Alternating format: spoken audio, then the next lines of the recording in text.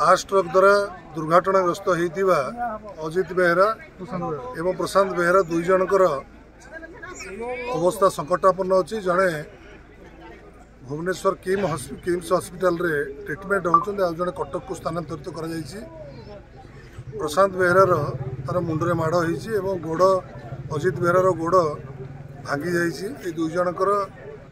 बाबद को एनटीपीसी कर्तृपक्ष एवं आस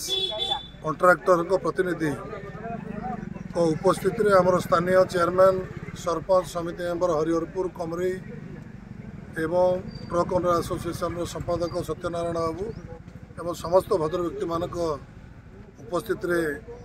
यह उपनीत है जे दुई जन जाक समस्त खर्च चिकित्सार खर्च आस कंपनी जो कॉन्ट्रैक्ट पाई एनटीपीसी ठारू बहन करने सहित जेपर्यंत जाके ट्रिटमेंट चली समस्त खर्च बहन करेंगे और ता सहित से मैंने जेपर्यंत भल न होती प्रत्येक परिवार को मासक 15,000 टका लेखा दुई जन को प्रदान करेंगे एवं देह सुस्थ है आस हैंडलिंग अनुष्ठान जो अच्छी एनटीपीसी द्वारा कॉन्ट्रैक्टर को माध्यम से दुई जन को ड्यूटी देवार फैसला करा सहित जहाँ असुविधा हम यहाँ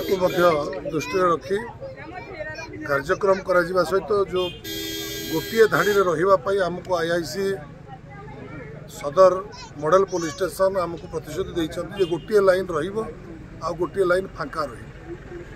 लोक मैंने जावास